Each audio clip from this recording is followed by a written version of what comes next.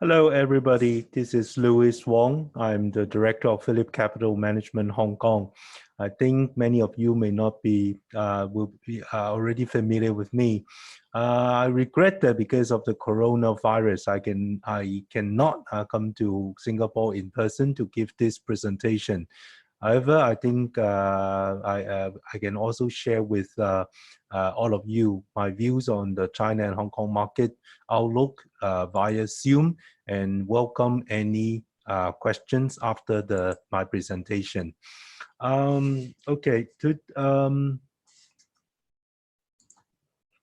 This is the risk disclaimer that I need to show. So these are the key discussion points that I'll share with you tonight, this evening.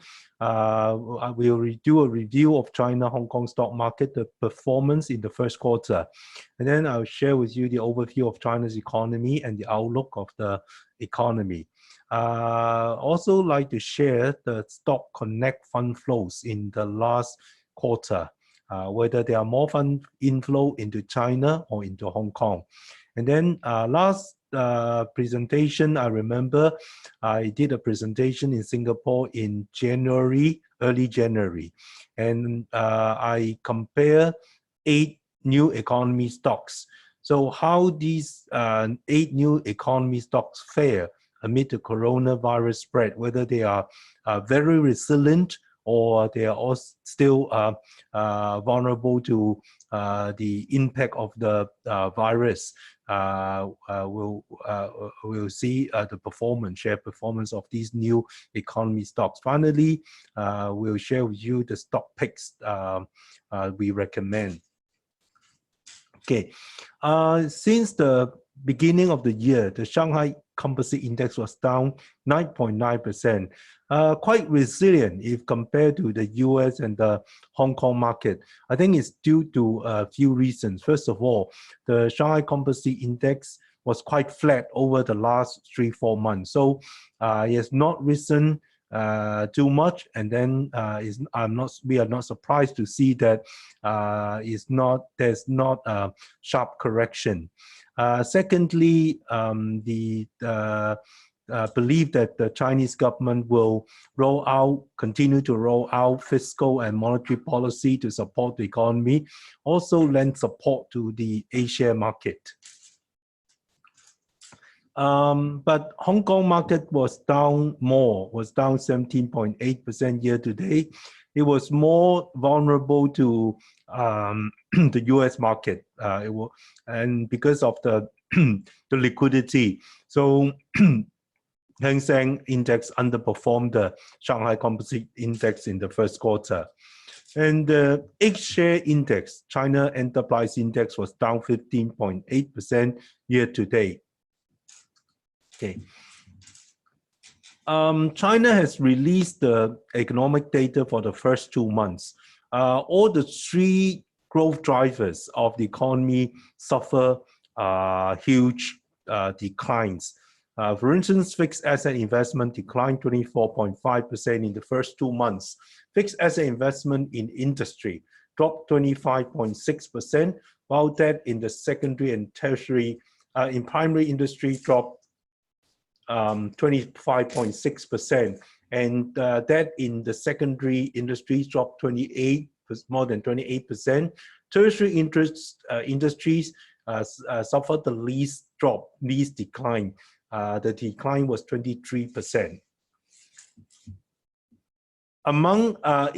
Amid fixed asset investment, property investment fell at its fastest pace on record. New construction starts also fell because of the fall in property investment. New construction starts measured by floor area fell nearly 45% in the first 2 months of February. The property investment dropped as a result of the plunge in property sales, which plunged by nearly 40%. This chart shows 2 curves. The blue line is the property sales in terms of value, and the yellow line represents property sales measured by floor area. So real estate sales in terms of value tumbled 36% in the first 2 months. As measured by area, sales plunged 39.9% to 58 million square meters. As at end of February, total floor area of unsold property increased 31.84 million square meters to 530 million square meters as compared to end of 2019. For the last 3-4 years, unsold property in China continued to fall consistently. So it was the first time we noticed an increase in the total floor area of unsold property. Whether this will continue, we need to watch quite closely because at one time there were reports about ghost towns in China. There was the result of too much unsold property, housing stock, the problem with housing unsold property. And over the last 3-4 years, total floor area of unsold property declined from around 800 million square meter to currently below end of 2019, it dropped below 500 million square meter. Now we see the inventory rising again. So whether it will continue to rise is one important factor to watch out. And then because of the plunge in property sales, property developers are less eager to buy land. Land acquisition volume drops quite substantially, and developers.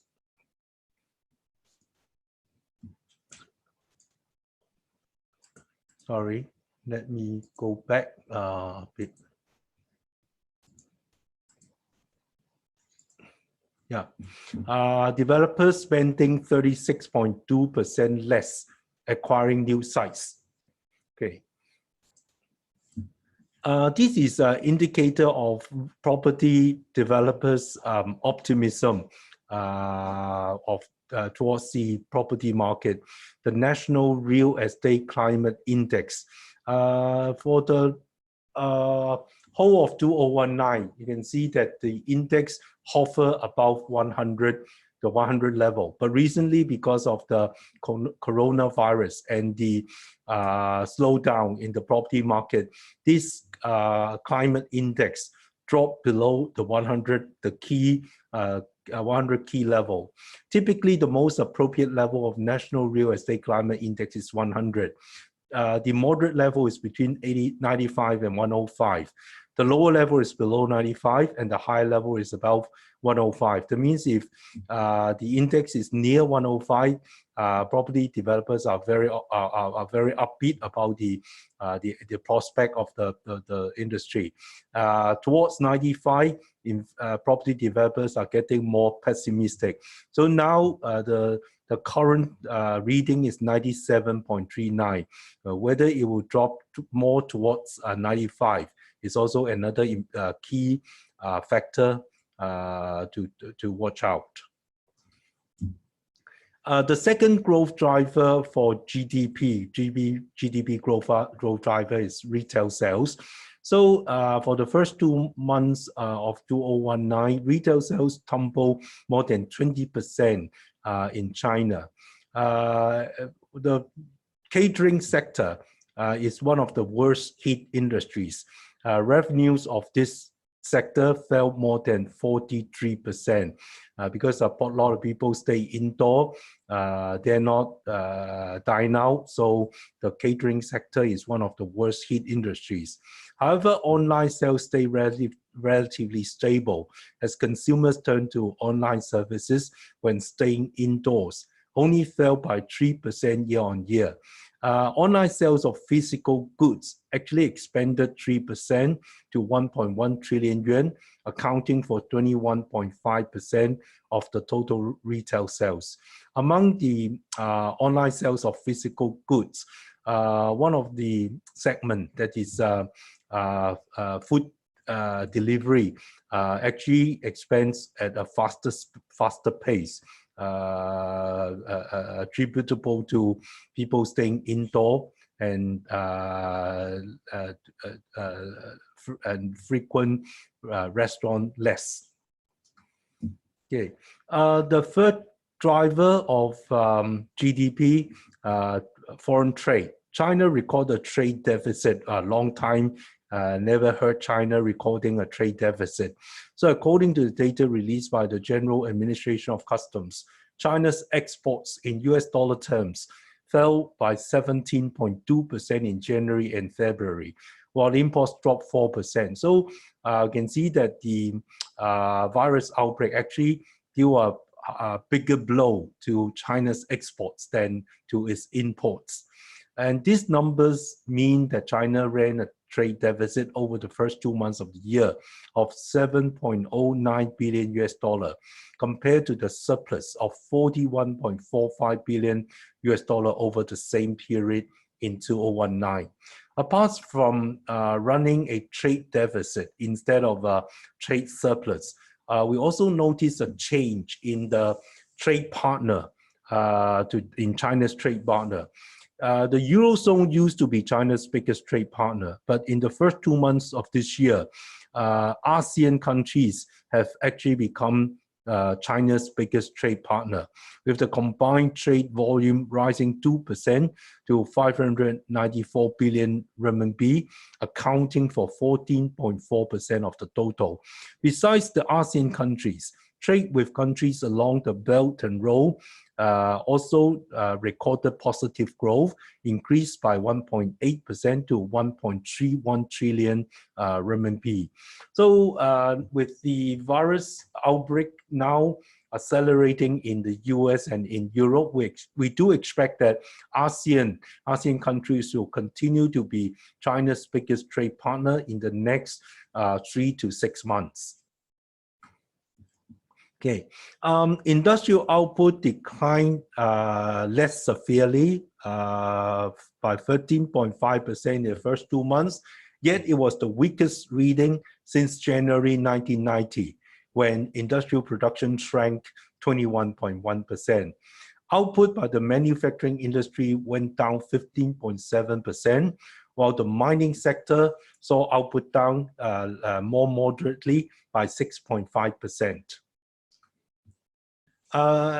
Together with the decline in industrial output, industrial profits suffer a big drop. It plunged the lowest in at least a decade. The yellow line represents the revenue of industrial firms, whereas the blue line represents the profits of these industrial firms. So you can see that revenue dropped by 17.7% in the first 2 months, and revenue and industrial firms' profits dropped by 38.3%. Nearly all industries, from automobiles to chemicals, majority of industries saw profits decline.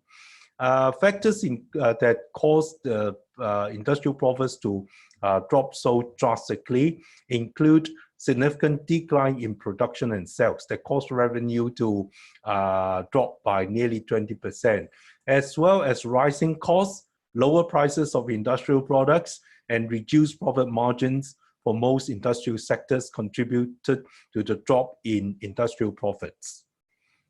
Okay, on the inflation side, consumer inflation eased a little bit. However, factory prices continue to fall. The consumer inflation on the left-hand side shows the blue line shows the CPI growth at 5.2%. So CPI has stayed, the growth rate of CPI has stayed about 5% for the last 2 months. Very much attributable to food prices, which account for nearly 1/3 of the weight in China's CPI. Food prices went up 21.9% in the first 2 months in February, contributing 4.45 percentage points to the index rise as the epidemic disrupted market supplies and demands. And among food prices, pork prices is the culprit. It surged 1.35 times, 135% compared to February in last year, February of 2019, driving a rise of 3.19% percentage points in the CPI growth. But going forward, we expect CPI in China to start to moderate, and we expect lower CPI in future because the pork price has already peaked. We do expect a moderation of pork prices in 2020. And if we strip out the food prices, actually consumer inflation in China is still quite subdued. Food prices contribute 4.45 percentage points to the 5.2 percentage points rise. So if you strip out the food prices, actually consumer inflation is quite moderate.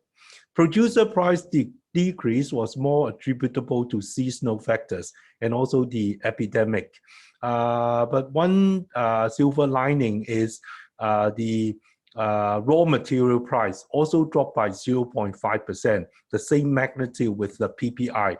So that means the pressure on or the downward pressure on profit margin is not that huge because of a similar drop in raw material price. Okay, so the economic data in the first 2 months of 2019 look quite gloomy. But if yesterday the release of the manufacturing and non-manufacturing PMI gave some hope to the market, because we noticed a jump in both the manufacturing and non-manufacturing PMI. This is the so-called official PMI released by China's National Bureau of Statistics. So after plunging to 35.7 in February, the March PMI, manufacturing PMI, actually jumped to 52 in March. And non-manufacturing PMI, the surface PMI, rebounded to 52.3 in March from 29.8. So 50 is the threshold between expansion and contraction. Anything above 50 means the manufacturing and non-manufacturing are in an expansion mode. So the rebound shows a recovery in the next 2 months following the resumption of production in China. But the National Bureau of Statistics also cautioned investors, saying that the rebound, the expansionary PMI reading, is attributed to the low base in February, and also cautioned that this does not mean the country's economic activities have returned to normal levels. So don't have too high expectation. As China's economy is still in a soft patch, we do expect the PBOC, the People's Bank of China, to continue to adopt the easing monetary policy. Actually, in February and in March, the PBOC had reduced a few times the key interest rates. For instance, on the 17th of February, the People's Bank of China lowered the medium-term lending facility, the so-called MLF interest rate. That was the lending facility for 1 year, reduced to 3.15% by 10 basis points. And then on the 20th February, the loan prime rate, the LPR, was lowered by 5 basis points. This is the base lending rate for property mortgage. So it was only reduced by 5 basis points. So we do expect more cuts this year if needed. The last cut was not big enough, only 5 basis points.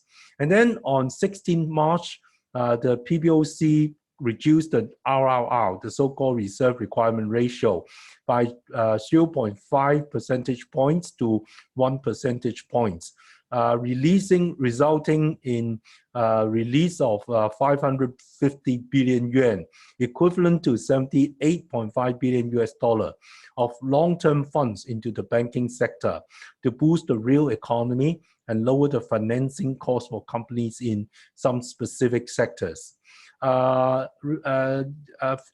2 days ago, on 30th March, the PBOC restarted the 7-day reverse repo operation, and this time they also cut the 7-day reverse repo interest rate to 2.2% from 2.4%. So the magnitude of the cut was bigger compared to that in February.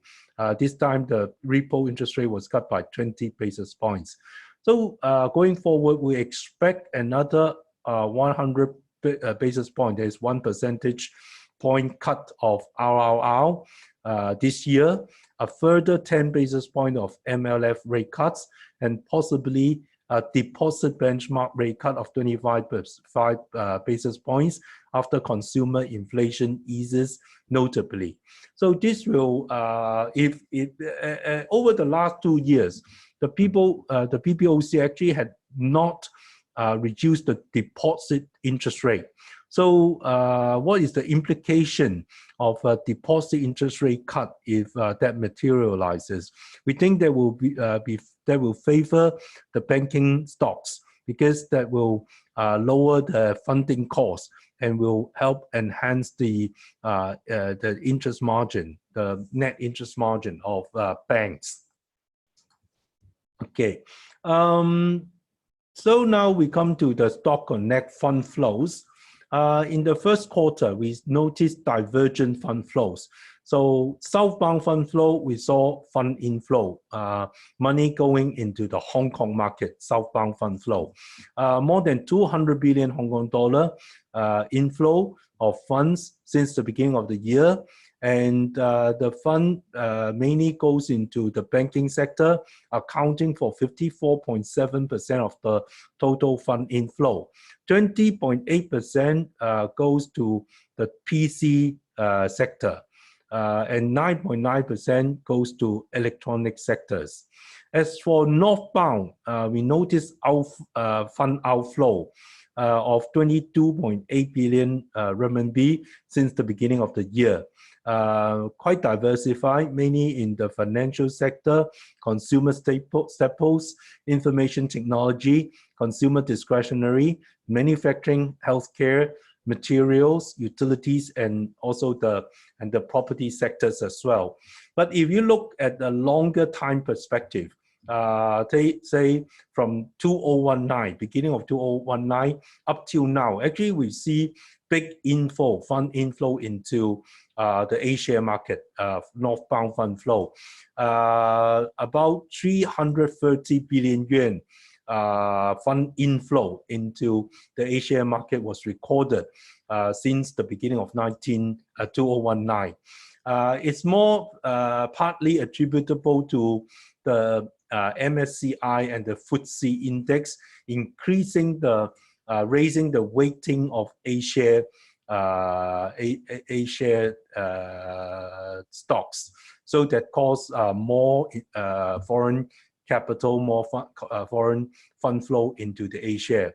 But this year, MSCI has stated that they would slow down in raising the weighting of A-share weighting. So we are not surprised to see a temporary outflow of fund outflow from the A-share market.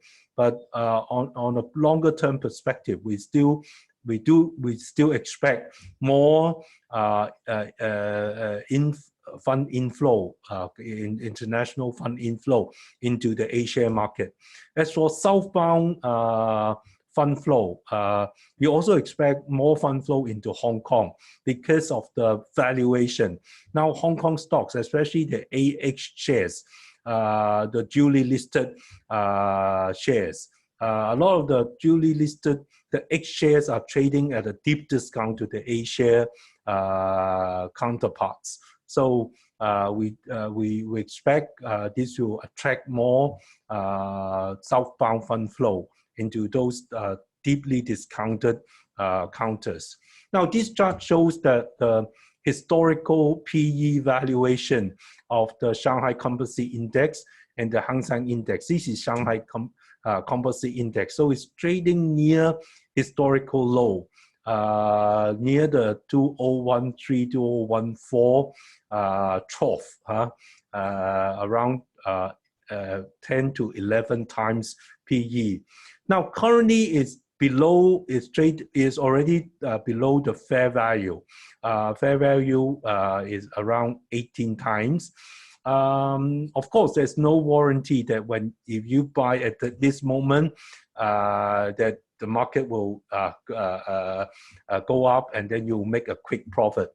But we do believe that if one has the patience as well as the holding power, you buy at this level and is patient enough to hold on to your investment, I think over time you'll see a handsome return of your investment, because it's already trading below fair value at near historical low valuation. But looking at this chart, there may be some more downside for the A-share.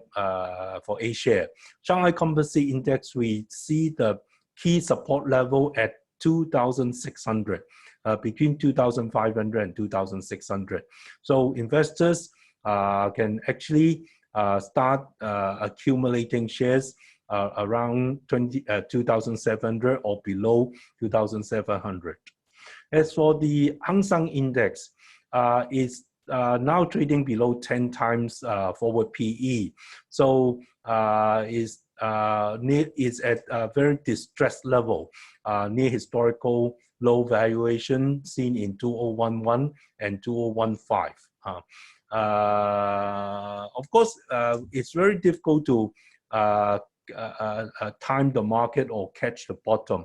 But as far as we are sure that we are buying below fair value, we are buying a very cheap valuation, then I think the downside would be limited, and then the future return will be quite attractive. Okay, let's come to the new economy stock. In January, we did a comparative analysis on 8 new economy stocks. So now we'll see how these new economy stocks fare amid the coronavirus spread. Alibaba was down 13% year to date. So compared to the Hang Seng Index, actually it still outperformed the Hang Seng Index. The selling pressure was getting a bit heavier recently because of reports that SoftBank, one of his strategic shareholders, plans to unload, dispose of some of his assets, which may include Alibaba shares. So there will be an overhang on Alibaba share price in the near future before SoftBank really decides to dispose of the holding. But we also see this as an opportunity. If Alibaba's shares come under pressure because of the overhang, and as long as we are upbeat about its outlook, about its prospect, then I think the weakness in the share price is a good opportunity to go in. Okay. This is the US share price. Tencent was actually up 0.3% year to date. Very resilient, I think, because of 2 reasons. First, it has released its 2019 results. The results was better than expectation. So prior to the result announcement, the share price outperformed the market. And the second reason was it's believed that it actually benefits from the virus rather than being victimized by the virus. Because of the virus spread, a lot of people stay indoor, so they have more time to play online games, as well as more time to view the videos provided by Tencent. And in December last year, Tencent also rolled out a new service, Zoom service, a webcast service. For the time being, it's free, but in going forward, it will charge the user for using the service. So with more and more people working from home, and the demand for webcasts and con calls will increase, that will benefit this new business outfit of Tencent. Okay, Meituan was down 13.6% year to date. The drop was similar to Alibaba, still outperforming the Hang Index, which dropped more than 17%. But you can see in the price chart, there was a deep V here. The deep V during the sell-off in mid-March, its share price was sold down to around 70 Hong Kong dollars. Now, of course, it staged a very strong rebound. Now it's trading at $95. The deep, because we have to understand that Meituan has 3 business segments. Namely, food delivery and travel, hotel booking, and new business. They classify new business. So the food delivery business actually benefit from the coronavirus. However, the hotel booking and travel booking business suffers, fell victim to the coronavirus. So that caused the sell-off in last month. But following the recovery, there are reports that domestic travel in China started to see some recovery. Of course, international travel still very weak, but domestic travel is picking up. So it also led to a strong rebound in Meituan's share price. Now it was down 13.6% year to date. The other entertainment company, new economy stocks that's related, it's dealing with entertainment, namely box office, movie box office. Maayan Entertainment was down 36.5% year to date. Last time I remember when we talked about these 8 new economy stocks, Maayan Entertainment is one we did not favor. Because China's movie industry was experiencing a very difficult and sluggish time even before the virus outbreak. And with the virus outbreak, it becomes even more severe for the whole industry, because going to cinema, watching movie in the cinema becomes quite hazardous under the current environment. So people choose to stay indoor. That's why you see more demand on Netflix, Netflix share price, and equivalent of Netflix in China, Youku also benefits from the virus outbreak, and Youku was under Alibaba. Maayan Entertainment was down 36.5% year to date, and we do not expect any instant recovery in the movie industry in China.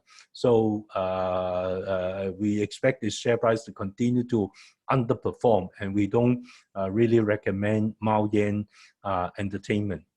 Ali Health was very strong, outperforming the market by a big margin. It was up 41.8% year to date, partly because of the virus, the epidemic. Because a lot of people, they dare not go to clinics, even if they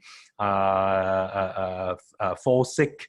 They dare not go to clinics or hospitals for fear of contracting the coronavirus. There's more demand for online consultation, medical consultation. And Ali Health and the other company, this one, Ping An Good Doctor, they have their own platform providing medical consultation, medical services. So they actually benefit from the epidemic that creates more demand for the service, and the pharmaceutical products and medical equipment sold on their platform.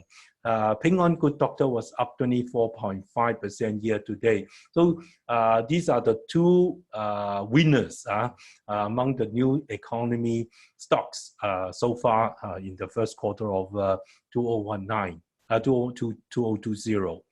Ping An China was down 18.1% year to date, quite in line with the market. Market dropped around 17% year to date, so it was down 18.1%. I think it will continue in the near term. In the short term, we expect the price to continue to come under pressure, to be pressurized because of two reasons. First, China is cutting interest rates. So like other central banks, the PBOC is also on the easing phase. So lower interest rates is not conducive, does not favor insurance companies. Their investment return will be dragged down because of lower interest rates. And secondly, Ping An, we are worried that the life insurance part, the life insurance division will be affected by the epidemic more, because life insurance needs the physical meeting between insurance agents and the client. Now the epidemic will bring about suspension of these activities. In comparison, the other online insurance company, ZhongAn Online, ZA Online, actually outperformed the market. It was down 11.4% year to date because it has an online platform to sell insurance products. So it's not as much affected as Ping An by the epidemic because it still can sell insurance online. Okay, so this is a summary of the share performance of the 8 new economy stocks we mentioned last time. Come to stock picks. We believe that new economy stocks will continue to outperform the market. Higher growth, more innovation, more demand for their new business. So our stock picks will be Alibaba, Tencent, and Ping An Good Doctor. And we think the recent sell-off is a good opportunity for investors to buy these stocks at lower levels. Alibaba had recently released the December quarter results. So revenue was 161 billion yuan, equivalent to $23 billion, an increase of 38% year over year. So still very robust growth in revenue. And its annual active consumers on its China retail marketplaces reached 711 million, an increase of 18 million from the September quarter. And over 60% of new annual active consumers were from less developed areas. So one growth area for Alibaba is the so-called third tier or fourth tier, fifth tier cities in China. When the residents of these lower tier cities become richer, they have more spending power, they will spend more on e-commerce, and that will benefit Alibaba. Income from operations increased 48% to 39.5 billion yuan, and adjusted EBITDA increased 37% to 55.8 billion yuan. Net income, that's the net profit, attributable to shareholders, increased 56% to 52.3 billion yuan. So net profit actually grew faster than the growth in revenue. Okay, Alibaba's business actually comprised of a few business segments, namely core commerce business, cloud computing business, digital media and entertainment business, and innovative initiatives and others. So these are the four business segments under Alibaba. But the core commerce business is the biggest chunk. It comprises of China commerce retail, the retail commerce retail in China, business in China, and China commerce wholesale. And then it also comprises international commerce retail, international commerce wholesale. Alibaba is expanding in Southeast Asia as well as India. So this forms part of the international commerce business. And then Cainiao, this is the logistics services under Alibaba, and also local consumer service. Now we mentioned Meituan.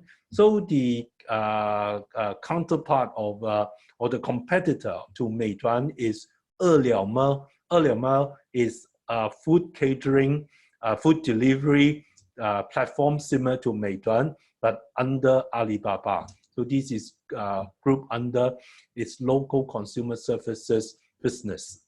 Revenues of core commerce business increased 38% to 141 billion yuan, accounting for 88% of total revenue. And operating profit increased 27.2% to 51.34 RMB, 51.34 billion yuan.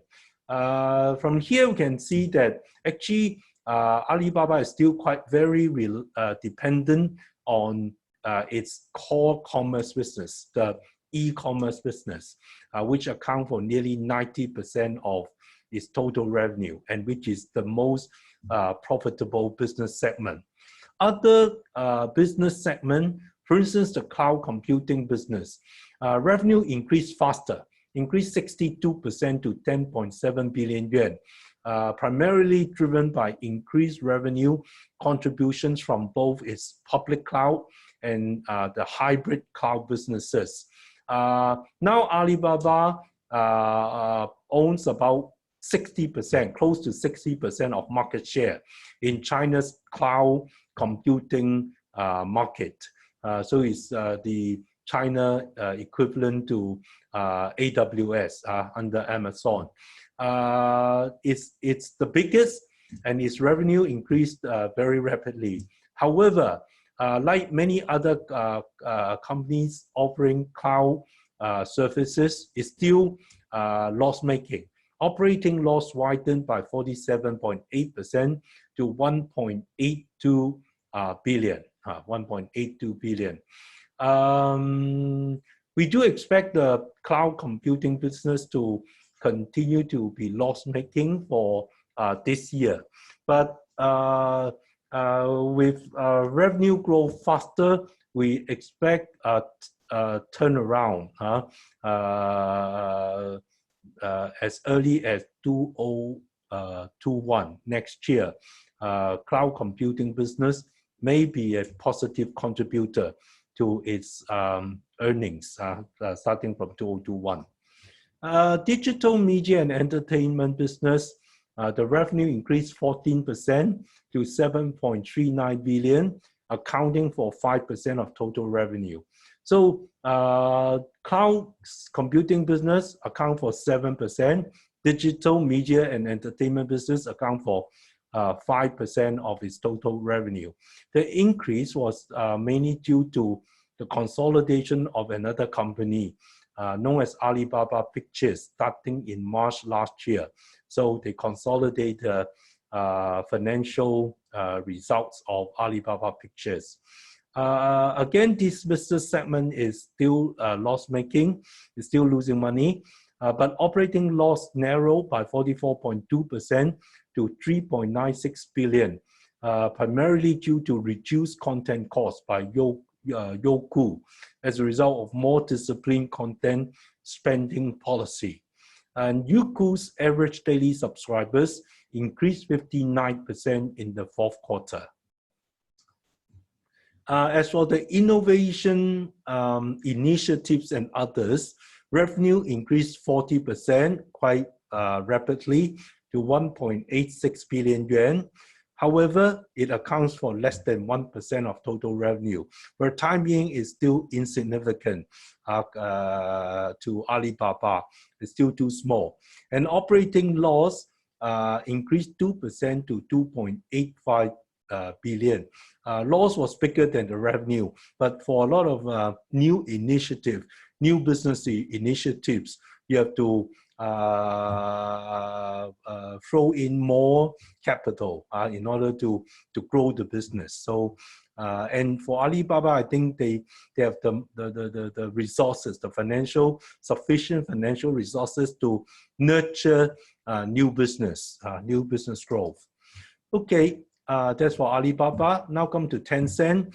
Tencent has released the annual results for 2019. Revenue increased by 21% to 377 billion yuan on a year-on-year basis. And profit attributable to shareholders increased by 19% to 93.3 billion yuan. The net profit growth grew slightly lower than the revenue growth. It's because cost of revenues increased more by a bigger margin, increased by 23% to 209 billion yuan.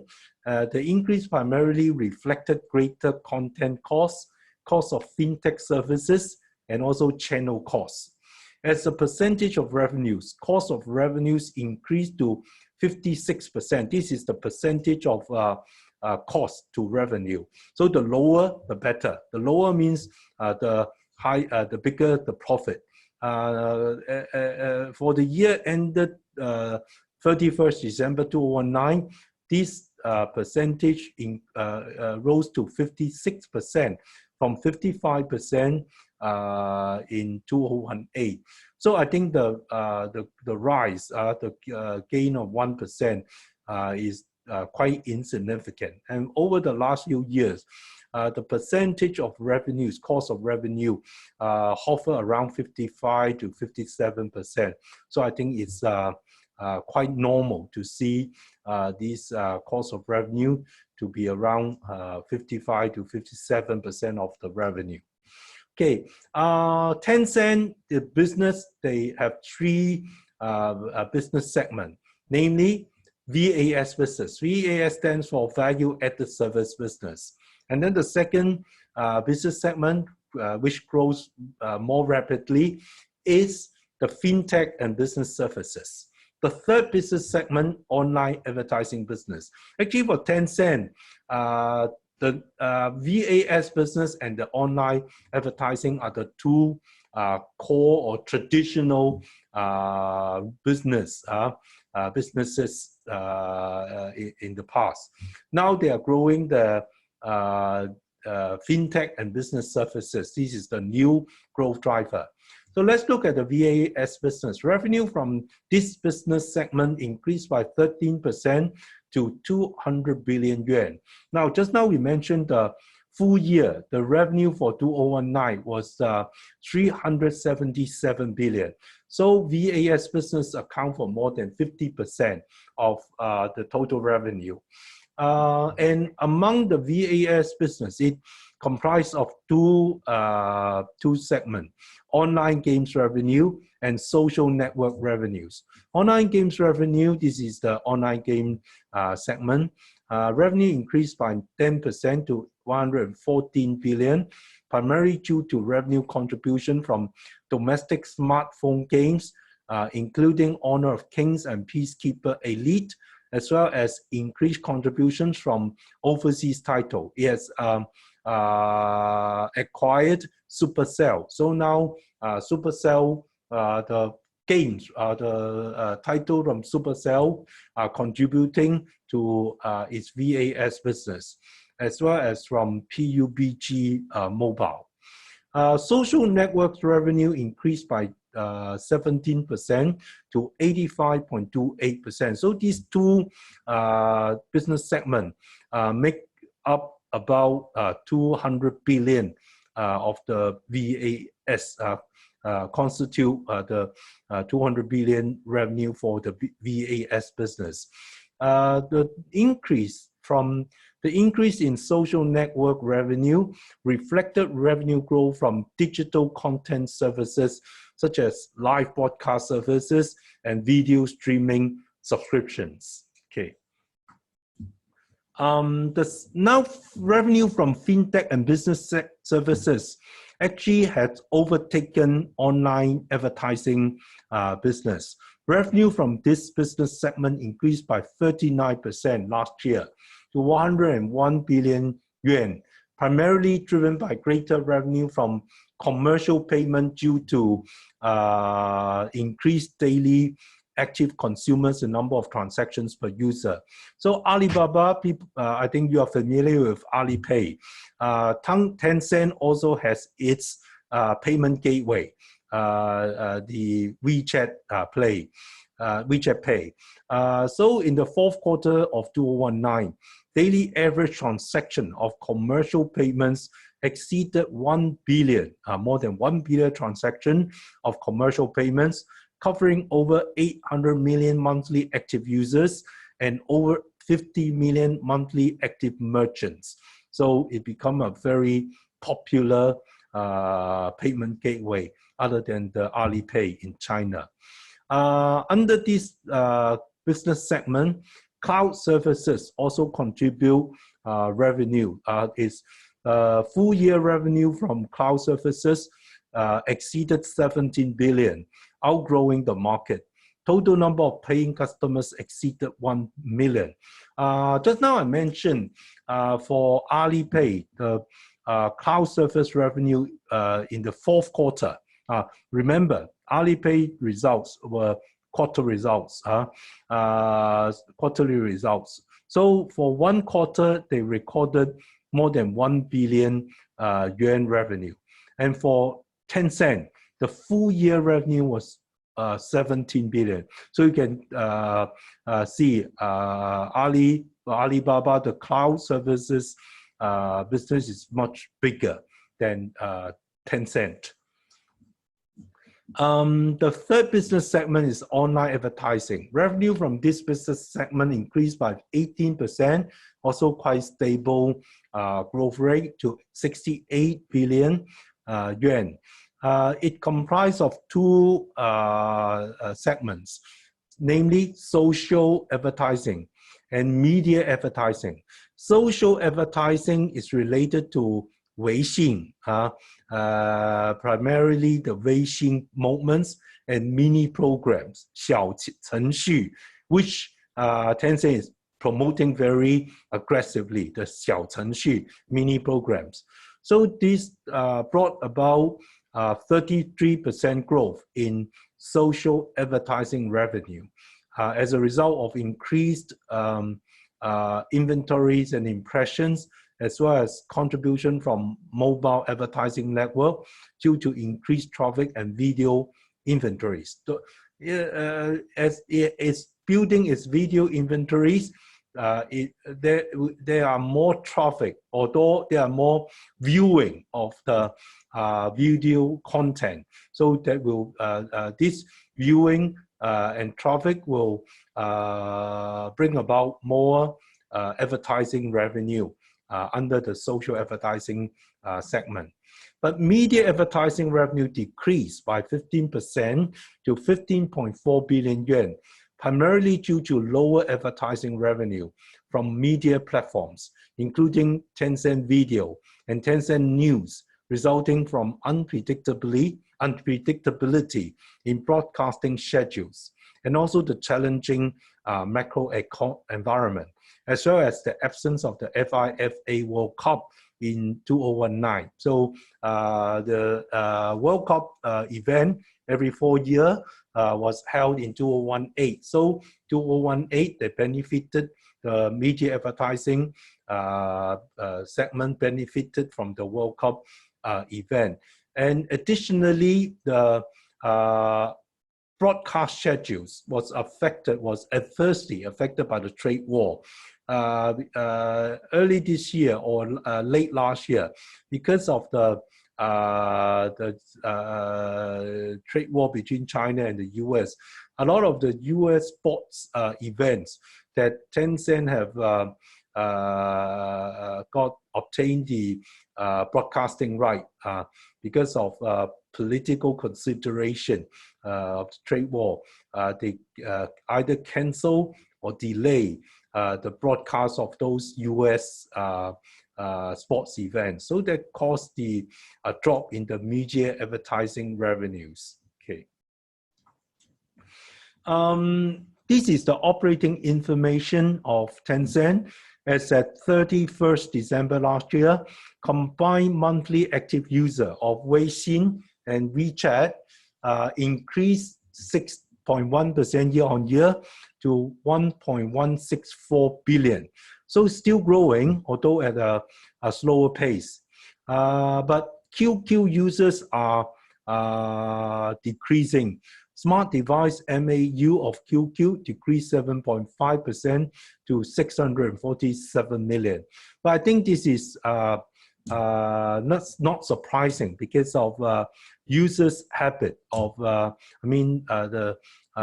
dependence more and more on handphones and social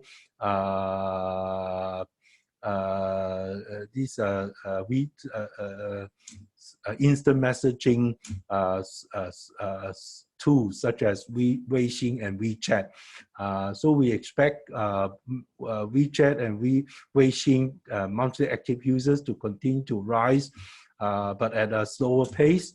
Whereas fee-based value-added service registered subscriptions increase more rapidly, double-digit increase by 12.4% to 180 million. So in the past, actually, Tencent for a time has given up on fee-based subscription subscribers because in the past, everything become free on the internet.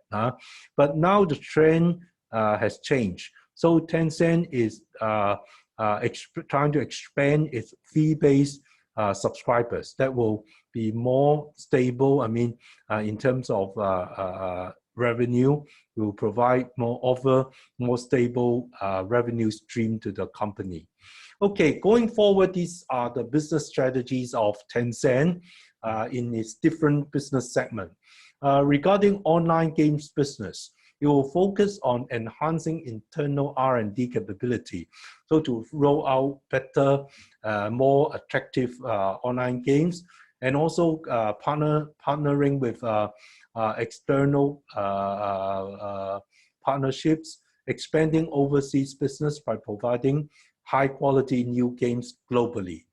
Now, Tencent, after the acquisition of a few international software houses such as Supercell, has become a global player in terms of online games instead of just a domestic player. And regarding digital content, we will focus on investing in digital content and growing subscription business. I mentioned just now, one of the key objectives is to grow the subscription business to get more paid subscribers, and extending franchise in long form video to short form video. Okay, regarding online advertising, it will seek to enhance user targeting capability to increase ROIs, that stands for return on investment for advertisers. That means it will make use of big data or AI, artificial intelligence to in advertising. So to target, to enhance user targeting capability, to increase the investment,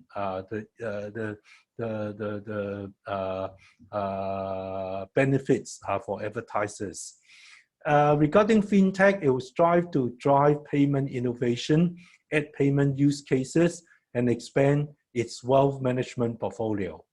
Lastly, regarding the cloud and business services, it will focus on developing customized industry solutions, enabling enterprise partners to better connect with its users, and assisting a range of industries in digital upgrades. So these are the business strategies of Tencent going forward. Okay, Ping An Good Doctor, we think there's still upside in the share price. Annual results of the company, total revenue amounted to 5.065 billion yuan, representing a year-on-year increase of 51.8%.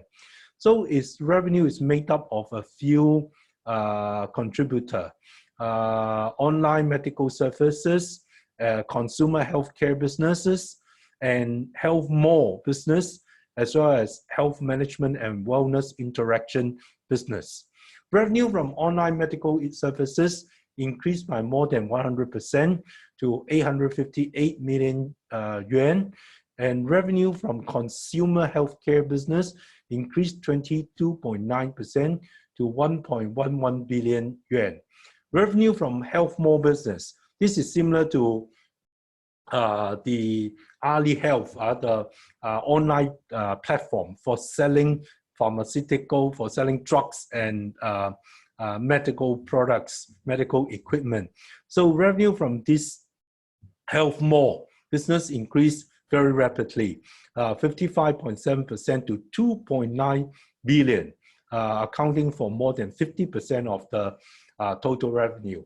And revenue from health management and wellness interaction increased 22.7% to 192 million yuan. I think Ping An Good Doctor is still in a fast-growing phase. All of its business segments are growing very rapidly.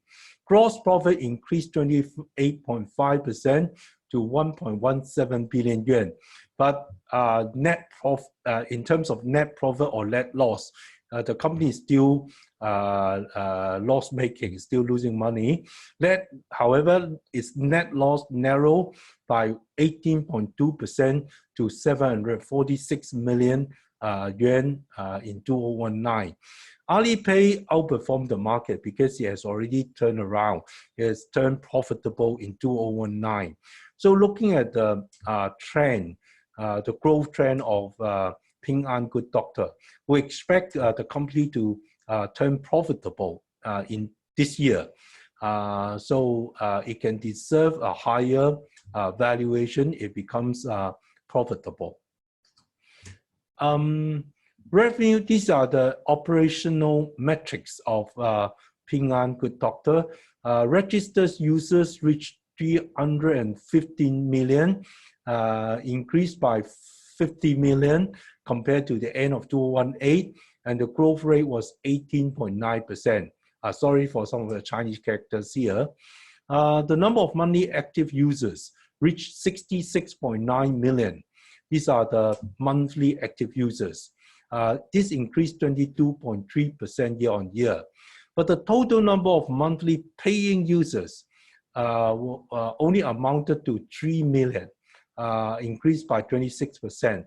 So we think for Ping An Good Doctor, the future growth driver will come from the monetization of its users, turning the non-paying users to paying users.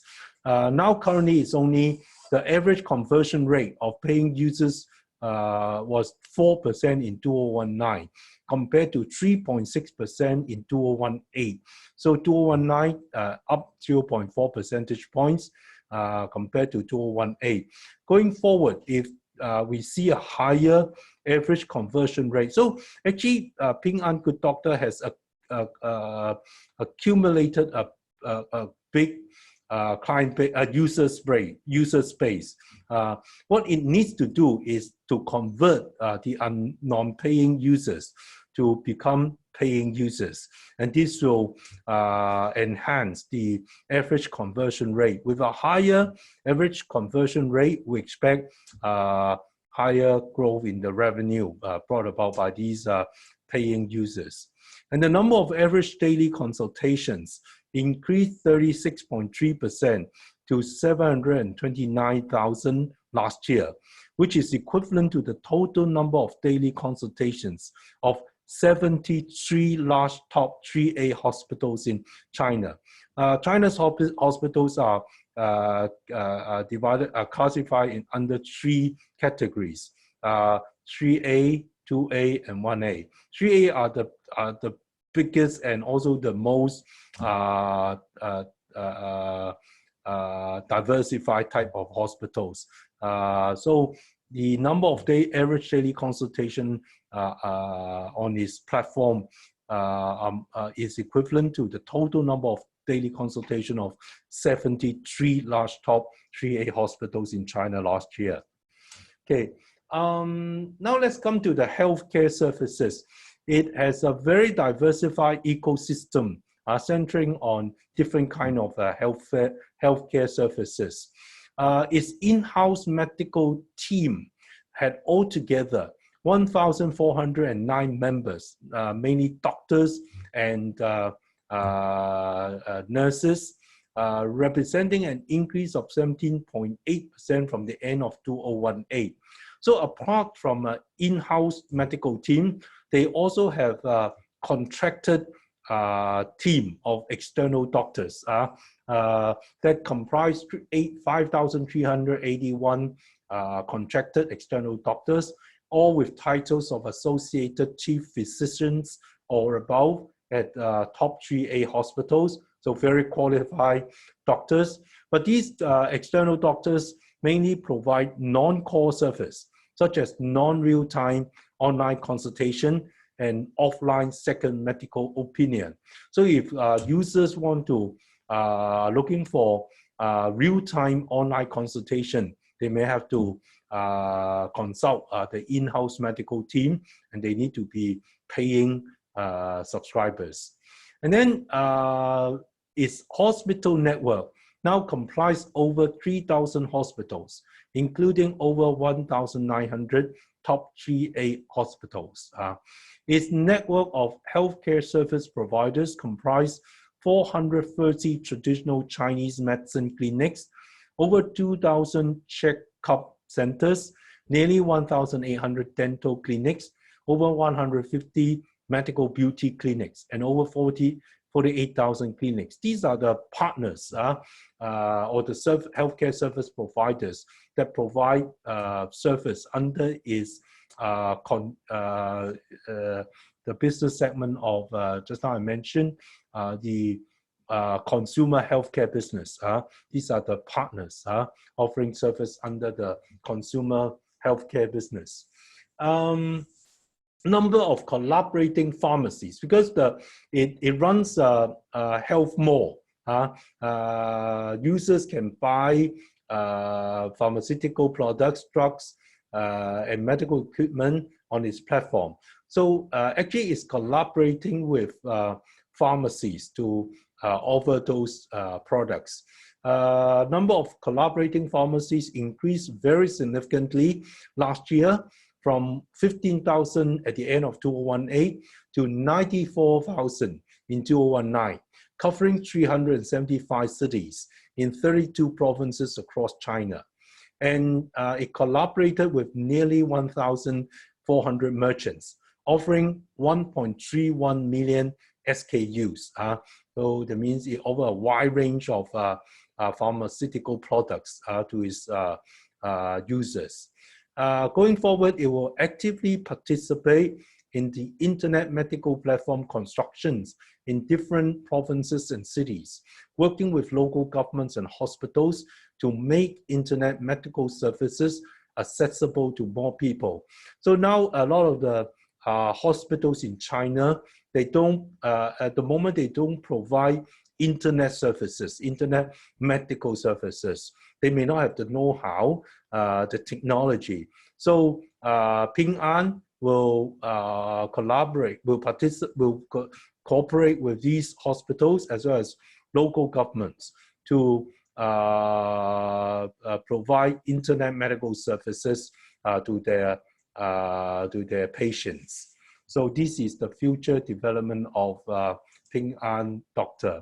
Now, coming back to the entry price level, recommended entry price level. For Alibaba, we now is trading at 180, around 180 Hong Kong dollars. So towards its list IPO price, there's around 167. That is a good entry point. If the market, I mean, does not favor, if the share price continues to fall towards 158, there will be another entry point, 167 and 158. That's the recommended buying price. For Tencent, now is trading at, sorry,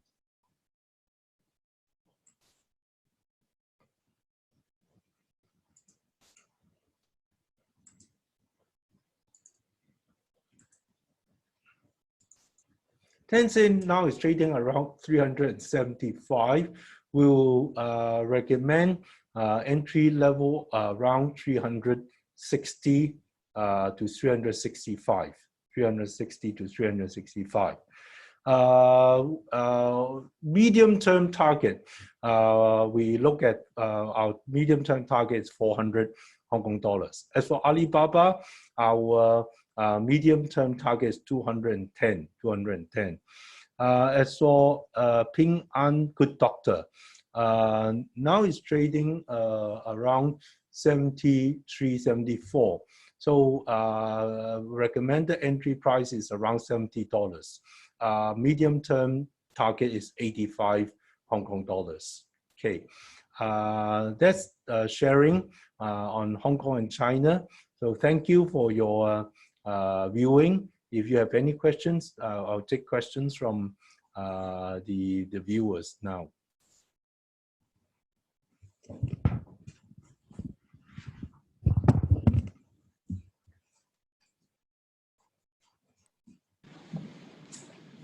Okay, thank you, Mr. Luis. So we'll now go ahead and take some time for questions now. What percentage of investment should I put in China?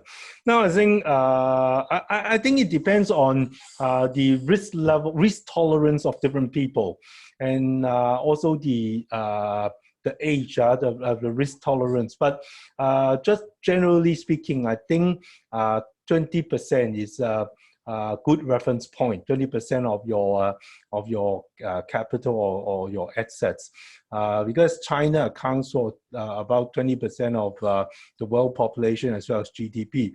So I think it's also makes sense to invest about 20% of your personal assets into China. Is it a good time to buy linked REITs? Not yet. We are afraid that now these property investment companies or the REITs, they will continue to come under pressure in Hong Kong because, first of all, the demonstration actually has not totally finished. Still, not like yesterday, there were still activities to commensurate the event happened in, I think, 21st of July, is it, last year, 1 year ago.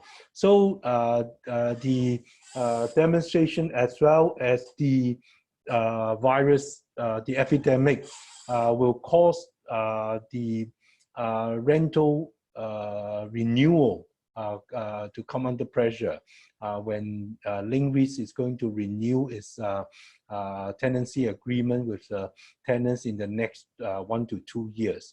So we do expect the price to, there may be still downside in the price. What's your view on Hong Kong land? I think similar to Link REITs as it is exposed to the rental market. Office rental market, we also expect more supply in the next 2 years, because in near the center of Hong Kong, which is between Admiralty and Central, there are 2 new buildings that will come to the market in the next 2 to 3 years. One, it used to be the car park, a public car park in the Merrill government car park. Now they sold to Henderson Land, and Henderson Land is going, it will turn it into a high-rise office building. And then the other one owned by Li Ka-shing, the Hutchison Tower, they have demolished it, and now they are building a new office building there. So we'll see more supply in the next 2 to 3 years.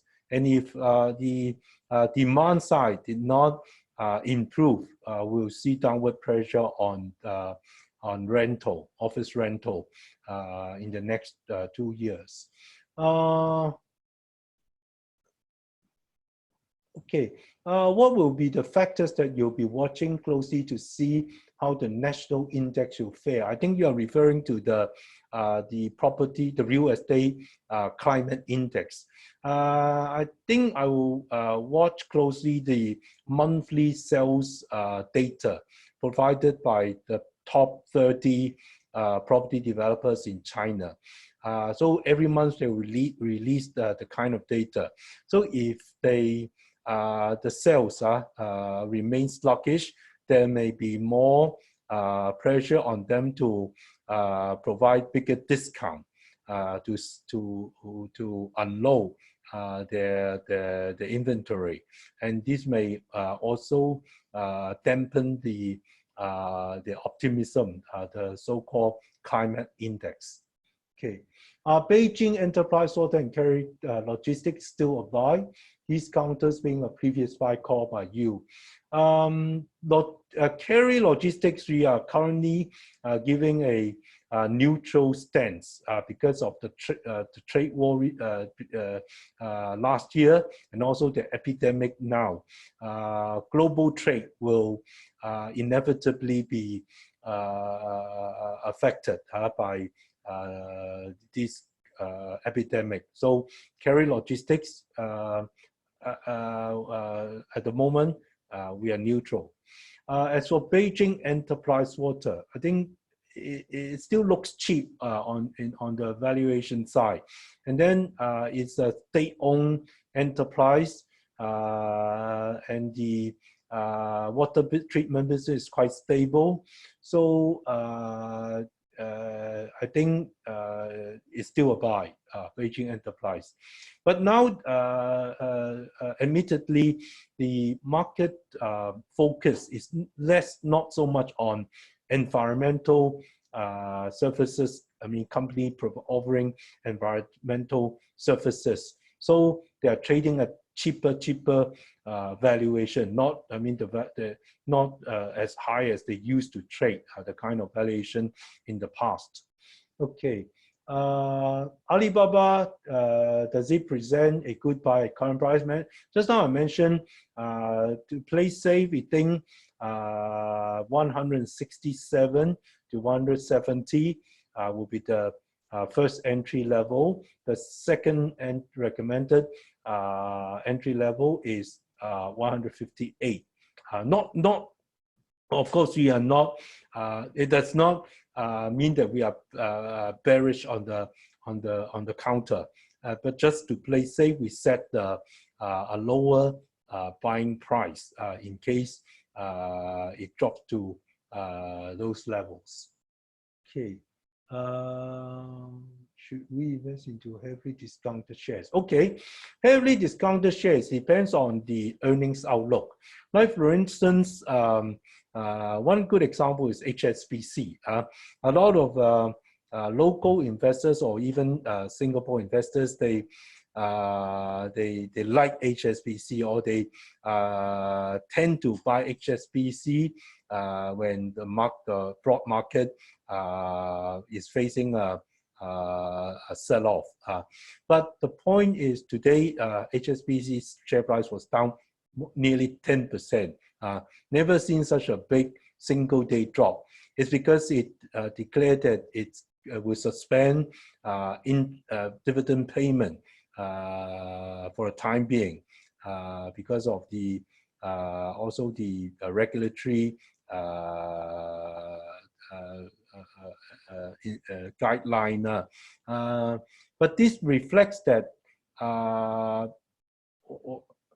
just now I mentioned heavily discounted shares. They may look attractive in terms of valuation, but investors, when we buy shares, we look for returns in the sense of either capital appreciation or dividend payment, or both, either or both. So if the earnings outlook weaken, capital appreciation, I mean the chance for the share price to go up, will be less strong, less high. So that will affect the capital appreciation of the and subsequently affects the investment return of your investment. And then for companies that cut their dividend payment in this kind of difficult environment, or like HSBC's case, they suspended the dividend payment, that will also lower the expected investment return of the stock. So when we consider discounted shares, I think we need to also consider the earnings outlook of the company, and not just focusing on how cheap it is, how the percentage of discount to the NAV. Okay. Am I right to say you don't think the market will have a fifth wave? Now I think the looking back in hindsight, the Hong Kong stock market actually is still in a bear market. Since the drop from 33,484 in 2018, I recall, and then it dropped to 24,500. That should be the first phase of the bear market. And then last year, it rebounded to around 30,280. That's the phase two of the second phase of the bear market, whereby we see a very strong rebound. So now I think we are in the third phase of the bear market. We expect the bottom to be around 20,000. It may drop to, Hang Seng may drop to 20,000 before ending the coming out from a bear market. So investors need to be patient.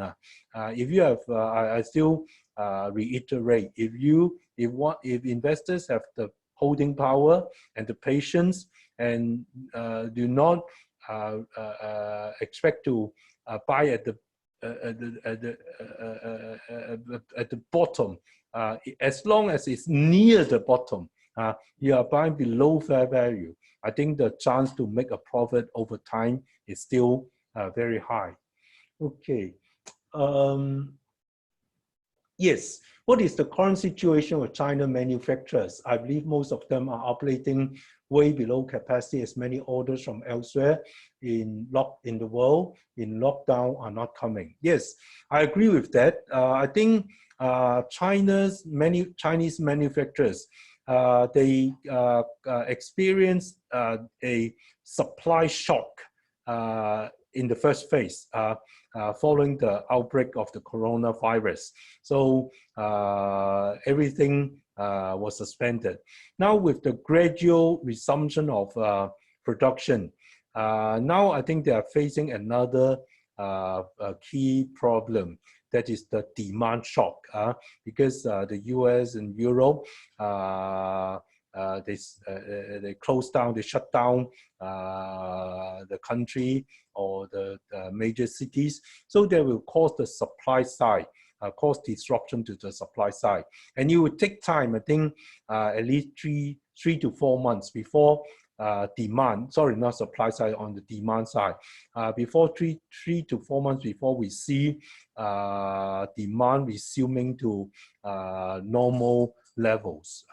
So utilization rate will, in China, among Chinese manufacturers, may only recover very quite gradually and slowly. Okay, what's your view on Tencent investment in Weimeng Jituan 213? Now, I think this is a new growth area, company that provide service as a software as a service, SaaS, data as a service, and internet, IaaS. So these are the new growth area that Tencent has identified. But Weimeng also has its weakness, because recently one of its staff is reported that the staff did something to sabotage the system and caused the loss of data. And then the company has to compensate the clients, the users. But it's measurable because the compensation came in around 150 million yuan. But it also reflects that cybersecurity, data security is also key to the success of this new business. Okay. Is China's ghost town ever presented any major concern when we are assessing property development stocks? Should we just ignore the inventory related to ghost town in the future? Well, it depends, because you have to look at company in specific to analyze their the land bank, the distribution of the projects that are under construction, whether they are located in first tier, second tier, or which tier cities. For first tier and second tier cities, I think the chance of property being, unsold, it's quite low because there's pent up and hot demand for property in first tier and second tier cities. The reported ghost towns mostly are found in fifth tier, low tier cities, such as fourth tier to sixth tier cities, where supply outstrip demand. So you need to look at different property developers to look at the land bank, the distribution of the land bank, whether they are more concentrated in first tier and second tier cities or in lower tier cities, and that is there may be riskier. Okay. Is Alibaba undervalued at the moment? Actually, it's dropped to around $167. Now, at the price level shows that for a period of time, investors think it's only worth the IPO price. So we still stick to 167 to 170 as the first entry price level for Alibaba. Okay. Okay, so now it's 8:29. I think time's up. We are scheduled to end at 8:30. So thank you very much for your time tonight. I hope my sharing will be useful to your investment, and I hope it will enable you to make profits in the Hong Kong and China market. And this is a quarterly sharing on our market outlooks. And I used to come to Singapore every 3 months, but because of the coronavirus outbreak this time round, I have to stay in Hong Kong and not being able to come to Singapore. But anyway, I hope in my next presentation in July, I hope I can come in person to present to you in Singapore, and that will mean the virus will be under control. Anyway, hope every one of you stay safe and healthy, and happy trading. Thank you. Good night. Okay, thank you, Mr. Luis, and thank you, everyone. We have come to the end of our 3-day strategy and stock picks second quarter 2002. So thank you for being here with us, and we hope to see you again in our next webinar. Meanwhile, you can find all the recorded sessions on PhillipCapital Facebook. Have a good night, everyone.